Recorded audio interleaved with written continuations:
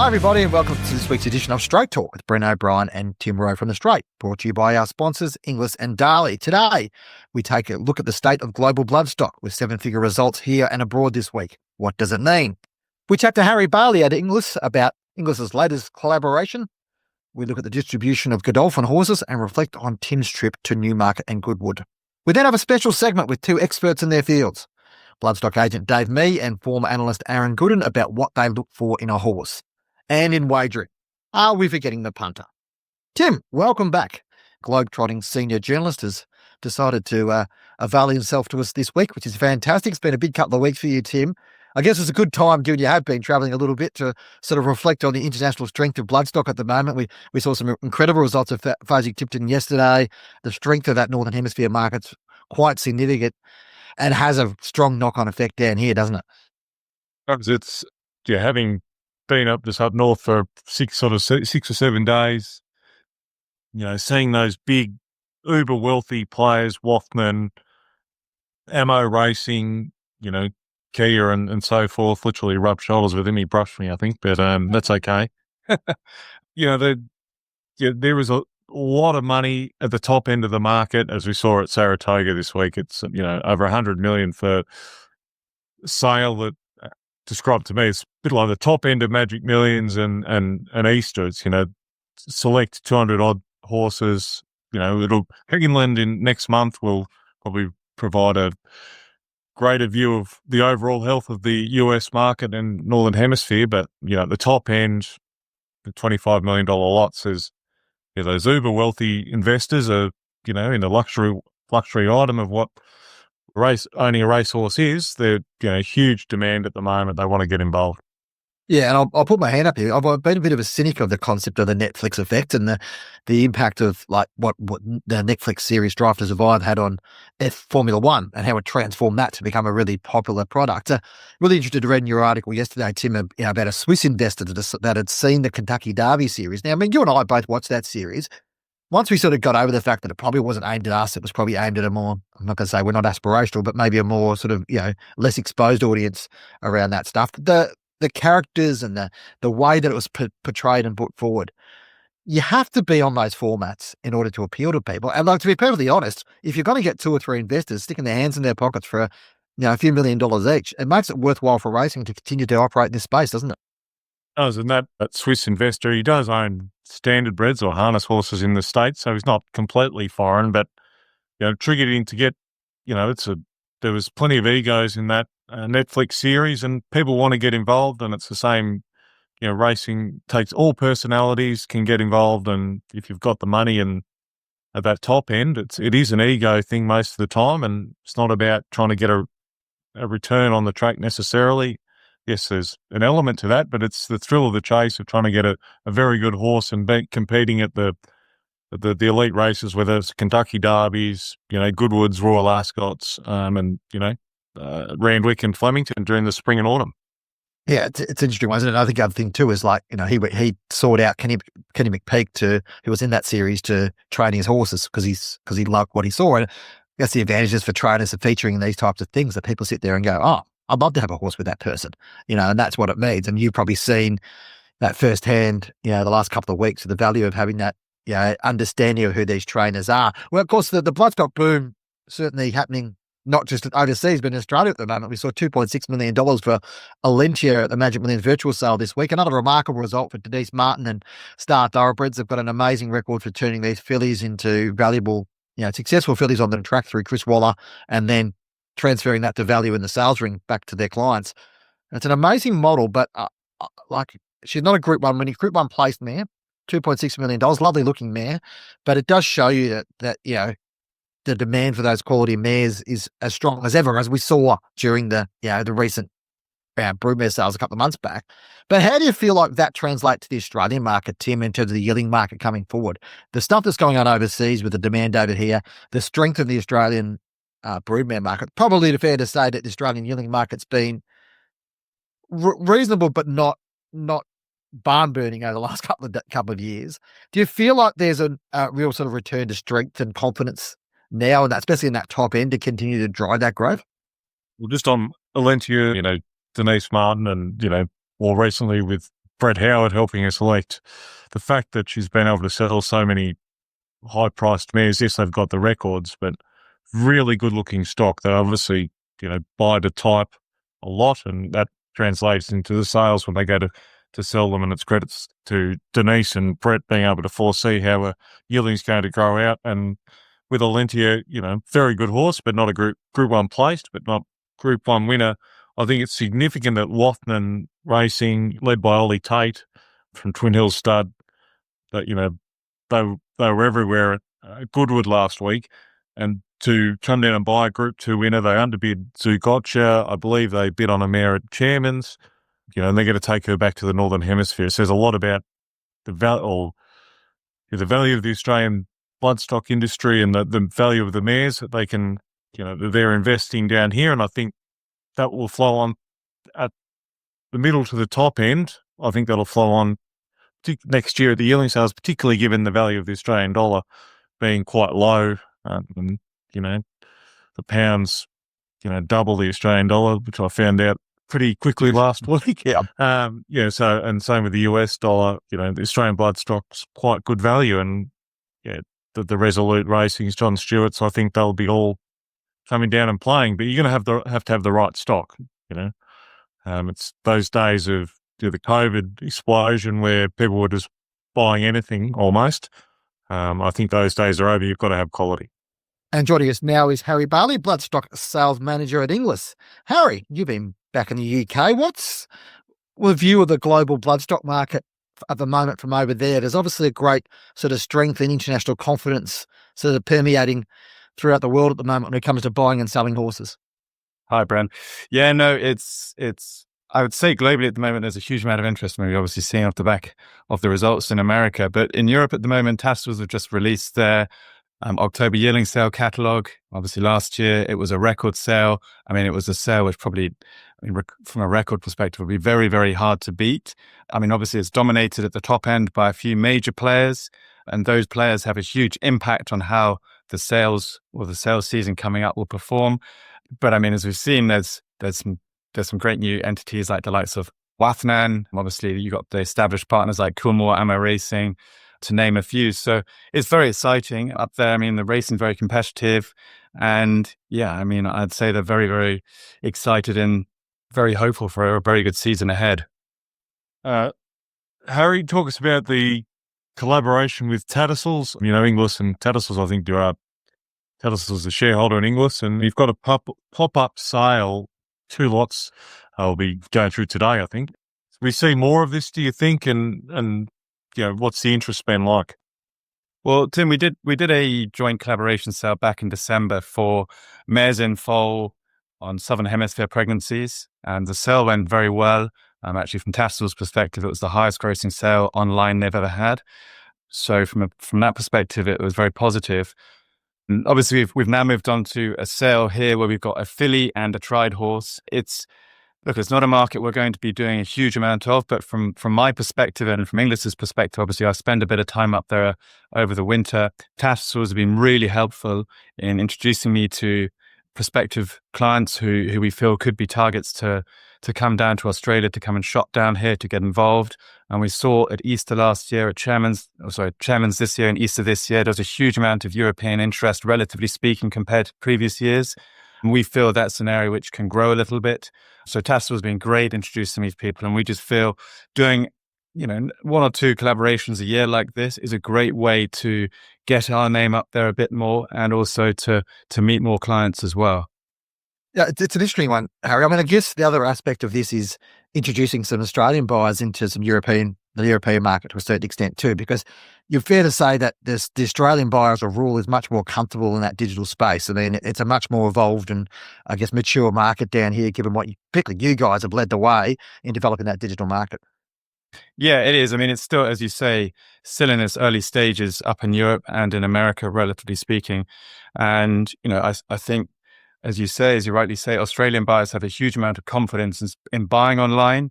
As you see on the platform, the Tassels online platform, the information provided now is very, very good. You've got good quality videos, photos. The horses are fully vetted. There's good description. I went and saw them. So from a buyer's perspective, we've kind of got every base covered. If they have any queries, they just get in touch with us, or they use an agent on the ground, which I know some buyers based down here have already done for this sale. So yeah, it's certainly an area which was certainly growing more in Europe and America, but obviously they've got a long way to catch up with what's happening down here.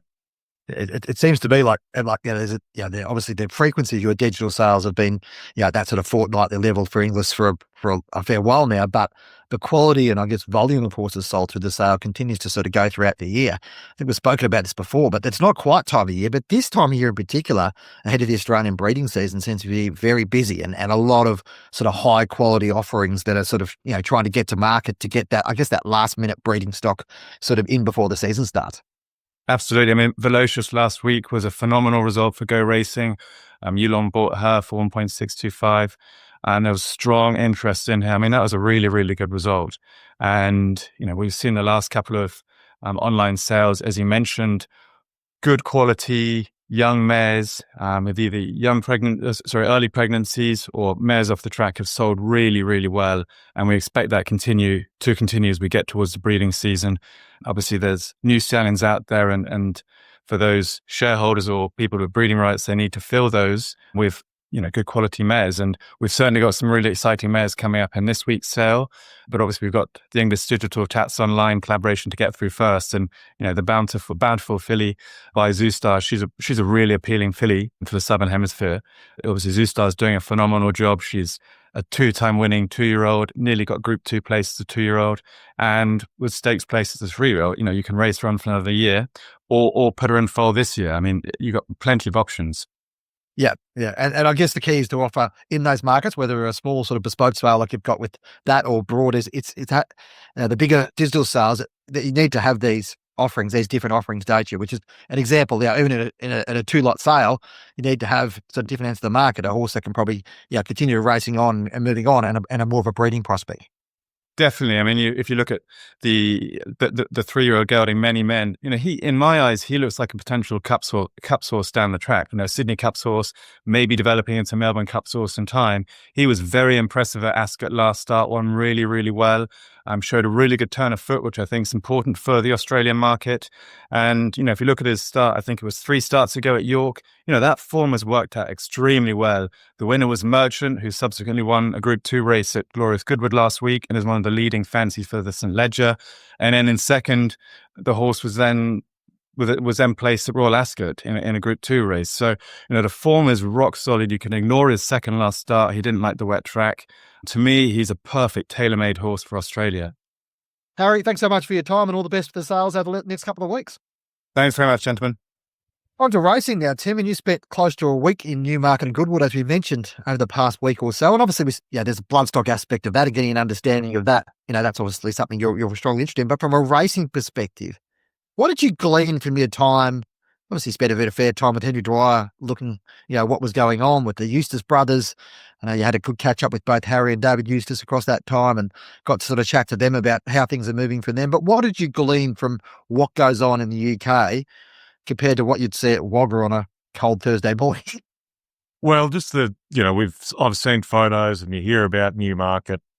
Just the it's hard to get your head around just how the sheer scale of Newmarket and the training, it's basically surrounds the whole, it is the town, facilities everywhere, horses have right of way over traffic.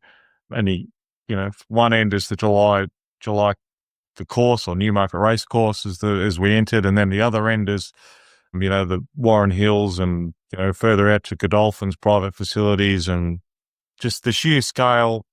I know there was fleeting, Peter Belandes, I think a few years ago suggested maybe Racing New South Wales would, buy some land around the New South Wales Southern Highlands, but I just don't think it can be replicated even on a smaller model. Just the staffing that, as Henry Dwyer alluded to last week on the podcast, but just the value of the land there, I don't think you could justify it. It'd be too the investment, but well, that land's been there for 250 years, Tim. That's the thing. Like, you've missed your window a little bit. You're not going to go and, to be able to buy a chunk of land out of the Southern Highlands is going to cost you an absolute fortune. So it's hard to see how that could actually play out, isn't it? So, and there's so much history, but the Harry Eustace has really had a great season. Winners at Royal Ascot, Goodwood, really starting on the march. He's leasing stables from Godolphin. He's a good up and coming trainer. I think he's got a couple of Aussie owners after last week, and then going to William Haggis. Yes, there's some trainers that just keep training the way their father and grandfather and great grandfather did, but he's quite an adopter of new technology. There's salt rooms and horse spas and all different things that I guess probably even Kieran Maher here with some of the facilities is invested in, and Lloyd Williams at Macedon Lodge, and sort of a mix of the old and the new. And there's something great about Newmarket just to experience it and see it. I think any racing lover, I guess, should get there at some point just to witness 50 horses working at a time, which you just don't see here. There's probably something to be said. If you treat horses like stars, they'll perform like stars. And if you treat them like sausages, they'll perform like sausages. So, probably a little bit of a message there to ensure that the animal is a big part of that. Yeah. And I guess on that basis, and what is really interesting in Australia, the big change that's happened this year, the biggest change we've seen probably in 5 or 6 years in terms of stable setups, is Godolphin's private training model. We saw Chris Waller become the first of the new trainers to get a winner for Godolphin. Anthony and Sam Freedman have already had success. They were always obviously previously trainers with Godolphin, but in that new, public training model that Godolphin's moved towards in Australia. It's interesting to see the horses that have sort of been spread around so far. There's obviously a new bunch of 2-year-olds, which we haven't got confirmation on yet, but there's an article on the Straight this week, which I penned on Run the Numbers, about where the Godolphin horses are going. And obviously Sam and Anthony Freedman are well positioned because they've already got a relationship there. And already had a few horses there, but you look at the fact that Lindsay Park, Kieran Maher and Chris Waller, all part of this sort of, Godolphin move towards private training. Public training, sorry. Yeah, it's probably not a great surprise that Anthony and Sam got the most because they were already training a handful, as you touched on. I think the most interesting thing will be where the 2-year-olds go, who gets what and how many, and, pretty much all those, or most of those trainers are proven 2-year-old trainers. Probably Joe Pride's a bit more conservative, but doesn't say if he was given the right stock, I'm sure he can train a 2-year-old. So that'd be quite interesting if they do give him a few young horses to see, what Joe could do with the, given the pedigrees and the opportunity. So, the next 12 months is going to be quite interesting. And as Andy McAfee said previously, doesn't preclude other trainers getting horses in the future. So I guess success will, if you have success with those horses, you'll keep getting more of them. Yeah, and I think if you look at those horses, the distribution, a lot of them are 3-year-olds this year. So we're probably going to see some immediate success and immediate improvement, which is what Chris Waller's already found. And I think Kieran Maher will find as well that we'll get some good 3-year-olds to sort of bring through along the way. The following message is brought to you by Darley. Let's talk about what makes the stallion stand out. First, the pedigree by a champion sire out of a Group 3 winning Street Cry mare. And that Danehill Street Cry cross that's produced the likes of Farnan and Animo. Now the performance. Silver Slipper winner, Tottenham winner, runner-up in the Golden Slipper. But here's the clincher. He trained on, came back at 3, won the Vane, and then won the Newmarket. When you put it all together, it's hard to argue. Cylinder, standing at Darley. And joining us on Straight Talk are 2 men who come from different parts of the industry, but do share a common skill set. Dave Mee operates Pinhook Bloodstock International as a renowned bloodstock agent and a member of the FBAA. Aaron Gooden is a professional form analyst who operates the Good Oil, a form and mounting yard service focused on Victorian racing. What could these 2 men have in common? Well, both are focused on examining the physical characteristics of thoroughbreds, and so we thought we'd bring them together here on Straight Talk. Gents, thanks for joining us. Pleasure to be on, Bren. Good to be here, Brendan. Thank you. I mean, I guess let's bring this together, the most, relevant thing for now. What brings you guys together? It's a bit of a serendipity, I suppose, but recent Group 3 Aurie Star Stakes winner, King of Roseau. It's good to take a specific example when we're talking about these things. Dave, you were the man that were on the spot when the horse was purchased for $95,000 for a yearling by Pulse Racing. Aaron rated King of Roseau as the clear best bet on Saturday and was even more confident after assessing him through the mounting yard. Dave, we'll start off with you. Well, you go first. When you first saw this Son of Capitalist at Magic Millions a couple of years back, what stood out physically about him, and what sort of boxes did he tick for you when you're assessing your yearling to know that he's a horse that'll fit in your wheelhouse? Well, there was a couple of things. I mean, a lot of it was body language. He he did have a presence about him, and I think at the time I sent out as you do after purchasing him, that a bit of an overtop tweet that he was a horse to go to war on, because he had a real self-confidence about him, and not all horses have that, but I know the Capitalist breed well. I've seen a lot of Capitalists, and this horse, he was a very, very good version of what Capitalist is capable of leading, and that's length, strength, natural muscle. He used himself well. I'm very, very big on that. And he did have a very good temperament. As I say, he was just a very self-assured sort of a horse. And then, the reality is he had a few little x-ray niggles and that we were aware of, but we weighed it up and it was, the benefits outweighed the negatives. And obviously it was, I don't make the decision on the budget, but he was right in the wheelhouse for the Chris and Cameron and Michael Hulse racing thoroughbreds. Yeah, and you kept an eye on him as he developed through. Has he developed the way you thought he would in the type of horse that he would over time? Well, after Saturday's race, he's certainly developed in a way we'd hoped, So, yeah. But when you're looking at these horses, you certainly are trying to forecast what they're going to look like in a year, 2 years' time. And he's a gangly teenager that's turned into a man. Like he's just a really good looking horse. He's composed and he's power in all the right places. And he's one of those horses that you just love looking at. Like he's a really, really good style of an athlete, thankfully. Aaron, you'd obviously, Peter Snowden's had the horse flying. He's been gelded and really found form in Sydney. So you obviously identified him on form. But when you saw him in the mounting yard, what were you looking for? What did you want to see to confirm that, yes, this horse has travelled down well, he's ready to produce probably a peak performance? I suppose that's probably the important part, is the confirmation. I don't really use the yard to find the bets. I do use it as a confirmation tool. With a horse like that, it's slightly different, King of Roseau, because I think from memory I've only seen it once. So I haven't built a profile on how this horse is going to parade. So I'm almost going back to basics with this one. Is exactly right. Like, how has it travelled down? It's had a number of starts since it's been gelded, so I don't want to see it over the top. Still want to see some good condition there. But the attitude as well that it's come down in, the walk, obviously. But Dave spoke about its sort of presence in the yard. I don't think it helped having sheet answers and splashback outside of it in the parade there. It just really stood out. It was a bit of a beast relative to those. But it's sort of, how has it travelled down, the attitude? It was always going to be at peak fitness. So I'm just looking to sort of tick boxes from a basic sense that I don't have a profile on how this horse parades typically. So I just could draw it back to basics. So it's a little bit different with that runner to how I'd ordinarily go about the yard.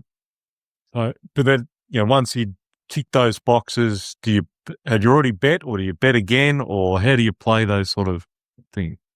No, we'd already max bet it, so you can't go past that. But if I hadn't, absolutely I would have, because there was two other real dangers in the race, right? It was Splashback and Marble 9. And that's another thing where you can tie it in relative to the other runners. I had a bit of a sense that I think Marble 9 was probably over the top based on what it did the last start, and it's sort of eventuated that way. And then Splashback, it had that little gap between, was it really pumped up to win on Saturday? I don't think so. So you just had ticks in King of Roseau's favour from the limited exposure I've had with the horse, and then little knocks with the others. So if we hadn't maxed it, you'd definitely go again based off that factor for sure. On his composure, just, we're friends with Dave, and so I've followed this horse from the get-go. I think, correct me if I'm wrong, Dave, but he might have been a little bit hot early days, so that composure I would think would have been really important. And I assume he has been the last few weeks or last few starts the way he's been racing.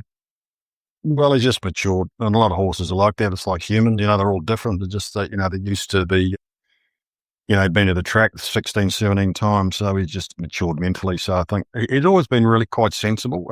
Some people are of the opinion that Capitalist can be a little bit, not the easiest horses to handle temperament-wise, but he's always been quite good. And he's just, as I say, he's just matured.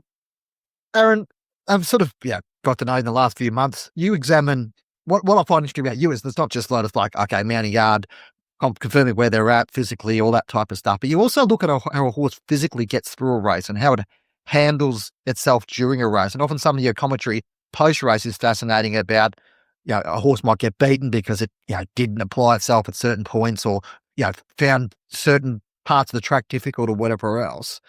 What are you looking to learn there? Like, if you look at a performance like King of Roseau on Saturday, it wins and everybody jumps up and down. But I chatted to you Saturday night and you said, geez, it could have won by 4 or 5, but about the clock tower, it sort of started to wobble about a bit or whatever else. I mean, those are probably the key aspects. And not just sitting there going, it's not just a horse winning, but it's what it's done during the race, which will give you a better indication of how a horse like that's going to go going forward. Yeah, I think reviewing the race is probably more important than doing the form on the race going in. No, that's, for me, yeah. I guess sort of what you're trying to get a sense of is what's your rated price, what was the market price, sort of blend those together. If you've got this sort of a finishing matrix on, the expected finishing position relative to the winner, has it over or underperformed, but has it over or underperformed relative to what you've seen in the yard and sort of building the profile of that horse? I think that's sort of what you're trying to take out is sort of what's it done relative to what you're expecting, but also given the tempo of the race, where has it hit its top speed, and then what's it done sectionally from there relative to the meeting, relative to other runners, the lanes, all this sort of stuff. And then you dial it back and say, okay, could this horse have handled a more genuine tempo? Is it better suited to a slower tempo? If it's, King of Roseau is a bit of it's a turn of foot horse, right? But I think it could have handled a stronger tempo in front and exposed them a lot more. There's a little sort of 8-4 slacking in that race, and you really notice it's quite soft on it late. And I thought the best part of its race was the last 200 metres. And then watch what it does past the post. For me, that really says I don't think the horse maxed out its potential rating in that race. Whereas a few others I think sort of did relative to their sort of finishing splits and finishing closing speed. So that's something I'm looking to take out is, has the horse actually got the max rating out of itself? Dave, what similarities, having listened to Aaron now, is there many similarities between what you're looking for as a young horse, whether it be a weanling, yearling, 2-year-olds, or even, tried horses, to what you're seeing and what Aaron's looking at in the yard and, on race day and trying to find bets? Tricky little question there, boys. Well, purely from a physical assessment point of view, I mean, a lot of it depends on the, and the horses I buy, it depends on the orders that I've got at the time, and the budget that it is. But, for example, I mean, I look for different types of things in, say, an order, and for Aaron's case, like a 2-year-old race, as opposed, if I've got an order for a 2-year-old, early developing 2-year-old type, I'm looking for different things as opposed to, if I've got an order for a 3-year-old classic sort of staying type. I mean, early developing horses, I mean, they're fast twitch muscles. They can be a little bit more on their toes, whereas a star, you like to have a little bit more laid back attitude. And temperament's always a big thing, but, for a star, you like them real laid back. So, I mean, as to similarities, for Aaron, I guess it depends on the actual race being run at the time.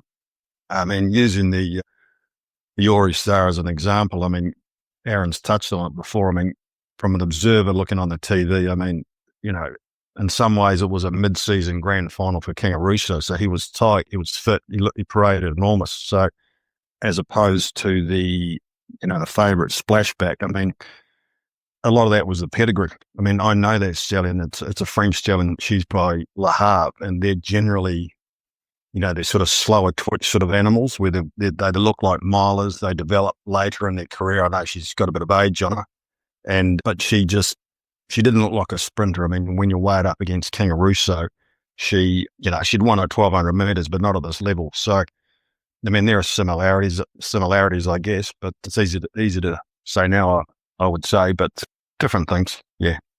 You touched on it, Dave, but, Bren and I have gone to a lot of horse sales, and you talk to the buyers, particularly the big colts groups. Temperament seems to almost not trump everything, but it's such a key factor. Is that, and I assume it would transfer to, if a young horse as well, particularly those colts targeting 2-year-old races. They've got to be able to handle the atmosphere and the crowd and everything to produce their best. 100%. Temperament is really, really important. But, a slow horse can have a great temperament, but still be really slow. So, to my mind, temperament's important, but you've still got to have the physical attributes to give it a good chance or a high probability of being successful on the track. So, I mean, you sort of take it back from the track a little bit. I mean, I bought nice weanlings to pinhookers, yearlings, and, I've often overlooked the temperament, and it's, unfortunately, when it comes to selling them as yearlings, they fall in a heap or they misbehave badly, and it affects your resale price, and it's the same in the mounting yard. So, horse's temperament, it might not be a bad horse. I mean, it might not be, angry or ill-tempered. It's often a mental immaturity. They lack self-confidence. So, you need a delicate hand to kind of bring the best out of them. And that's where good stud managers and in turn good trainers come about. So, I mean, of course, temperament can be changed, obviously, with colts. You can make the ultimate gear change, and the best exhibit A of that's obviously King of Roseau. He, just with natural development, I mean, the geldings just settled them down, focused them. It's kept the weight off them to keep them more sound. So, you can change the temperament a little bit that way. With fillies, you can use medications like Regulate to, temper a temperamental filly. But, each state's different. I mean, I don't know why, but if I'm correct, I don't think Racing Victoria actually allow Regulate for horses. So that's a bit of a head scratcher. But I mean, horses are like people. I mean, they're all different and with different personalities, and generally their temperaments are the same from day dot until they're old, older horses. But, it's up to the people entrusted with caring for these horses in terms of stud managers, yearling managers and trainers to sort of harness it the right way. But temperament in short is, is really important. Aaron, sort of what we're sort of getting into the crux of here is, I guess, transferable skills or the ability for what Dave does and what you do. There are similarities, but there are obviously key differences because you're assessing horses at different stages of their development, and you're assessing more for athletic performance now, and Dave's probably going more of a long-term view. How would you go assessing young stock, do you think? If someone chucked you at a sales yard and said, have a look at these horses and see what you reckon, what would be your confidence level? I'd be throwing darts. It's a completely different thing. I'm dealing with the finished or near finished product, and how are you going to go under maximum exertion? How far away from you at achieving your peak? I'm not so much looking at that early day development. I think that's a long, there's similarities, but they're a long way apart for me. Yeah. I'd go better than the average person off the street, but I think there's a big difference in what we do there. And sort of considering that, the value of, you stepping outside, you obviously talk to a lot of guys who do something similar to what you do, to assess, assess form and assess performance and from a short-term perspective. Is there a significant value in you reaching out to other people like Dave and other people within the industry to try to grab that, develop your understanding of aspects like, pedigrees and profiles and physical development of horses? Is there an advantage or an opportunity for guys in your space to do that more? Massive advantage. I think I've bugged Dave about a few things since we've been chatting. I think one of the first conversations we had, I'd sort of floated an idea that it's a bit of a theory from the yard was about 2-year-olds on debut that just parade like a lamb. Like they've been there 100 times and then, put up a huge rating, should be winning their next start based on form, and then they walk into the yard. They're a bit fizzy, and it's a completely different parade to what I'd seen on debut, and I couldn't really put my finger on it. I've got a bit of a theory. It's that they know they're about to be under maximum exertion. The first time they went to the races, it's a different environment. They don't really know what's about to happen in front of them. They're smart animals. The second time they come to the races, they figured it out. They know what's about to happen, and it was sort of the psyche of the horse. So I'd been penalising it too much early days, and I'd sort of stopped discounting it as much as I had. But the first person I spoke to about that idea was Dave. What a benefit for me, because it's not sort of my area. It's more form. The mounting yard is a confirmation tool. So I can get little bits and pieces and little edges I've got on the run and confirmation from guys like Dave. It's a massive advantage. Dave, I know you've used form guys in the past and still do. How important are they, particularly identifying tried horses? One that springs to mind is Russian Camilla, the sister to Russian Camelot, that might have paid for a few renovations at your house and different things that, I did. Being able to mix, you can see the horse, but using those form guys to go, this horse has got above average talent. Well, it's really important. I mean, it's becoming an increasingly important element in identifying talent, from a trial perspective or a race perspective, because it takes a lot of guesswork out of it. I mean, you've got you've got hard data. And I mean, I think you're silly if you don't use it. It's, you've got the sectional timings from from the gate to this, certain point, then obviously the closing sectionals. I don't think it can be used in isolation, but it would be, for me now, it's certainly a bedrock of establishing talent. I mean, but you've got to use it in the recipe to find, you've got to weigh up, how old it is, who's training it, can it be improved, finding out the inside information about from the yard, what the breeding is, et cetera, et cetera. So, but it's massive. And I mean, there's a lot of well-known syndicators and obviously trainers, use that. And my biggest problem is actually trying to convince potential buyers of my clients to use that information. So, but I don't assess a trial horse or a trial without it these days. So yeah, it's vital. Aaron, we'll hook back onto the horse of the moment, King of Roseau. I mean, what are you looking for him next time he steps out? What are you looking at him in terms of, obviously you assess him according to the race he finds himself in and how he measures up to his rivals, but physically, or, when you look at him come in and handle himself, what are you looking for? Love to see the same parade again. He paraded perfect. He absolutely could knock the horse. I guess what I'd really love is what I'd sort of referenced earlier is I'd just like a little bit more tempo in that next start, because typically tempo doesn't assist turn of foot horses. It's sort of, they've got to chase and it sucks that turn of foot out. I think this horse is slightly different and it travels similar, but I think it's got a little bit more to offer on a more genuinely run race. And Dave, not just King of Roseau, but you've Pinnock purchased horses have had a good run over the last sort of few months with, Flying Star. There's another syndicator you work closely with, Cam Bennett, and, Dreamzell, recent Metro winner, Call to Glory, just beaten at Flemington. And these are, like King of Roseau, bought for well under sale average. And, you probably got to compromise on certain things to be able to find these horses, but you seem to have a good run at the moment. Keep talking, Timmy. Keep talking. The time running out? I think it is. Yeah, look, it's been good actually. I'll give myself a plug. I've had 19 wins in the last 2 months from June and July. But yeah, look, it's a results based business. Like if horses don't perform well, I take it really personally. But if the horses aren't running well, I usually I'm usually bagging the jockeys or the trainers. I mean, us agents never buy bad horses, right? But yeah, look, it's I take spending other people's money pretty seriously. So as you get older and more experienced, I think you kind of, it's a numbers game. And, I think as you get more experience in this game and get better at the job, and you should be getting better, and look, a lot of horses every year. I mean, you kind of buy less bad horses.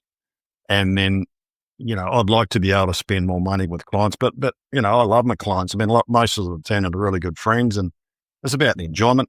Racing is different things to different people, but mate, more winners the better, mate. Loving it. It's good. Long may it continue, Dave. Aaron, a bit of a chance for a plug for you.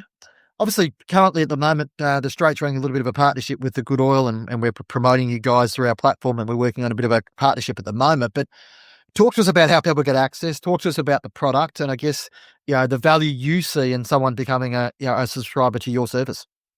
Yeah, so I'm still building the site. So at the moment it's Twitter. So it's at Good Oil Racing. On YouTube, it's the Good Oil, and there's free previews that anyone can watch for the Saturday meet. Brent's going to host this one this week, which is a nice little crossover there. So the Saturday product there's 3 products. It depends what you're interested in, but the Saturday product you get, the guys today on a Thursday, they'll get full rate of prices for every runner on Saturday with speed maps, notes on tempo, notes on a few different things. They'll get another set of prices 9 a.m. on Saturday morning. They get the mounting yards sort of 5 minutes out, stake bets. They get a review sheet. Well, you've actually put a link up, I think, on your site, which has broken down a few different things and shown examples of what the guys can expect. So, and there's stake bets now as well. Guys want me to bring that back, which I think July was the first full month of staking. So for the last 5 weeks, we're going about 33% pot or 35% pot from memory just with the Saturday service. So it's going well. Yep, that's terrific. Well, thanks, Aaron, for your time. Thanks, Dave, and all the best moving forward for the spring. Thanks, guys. Pleasure.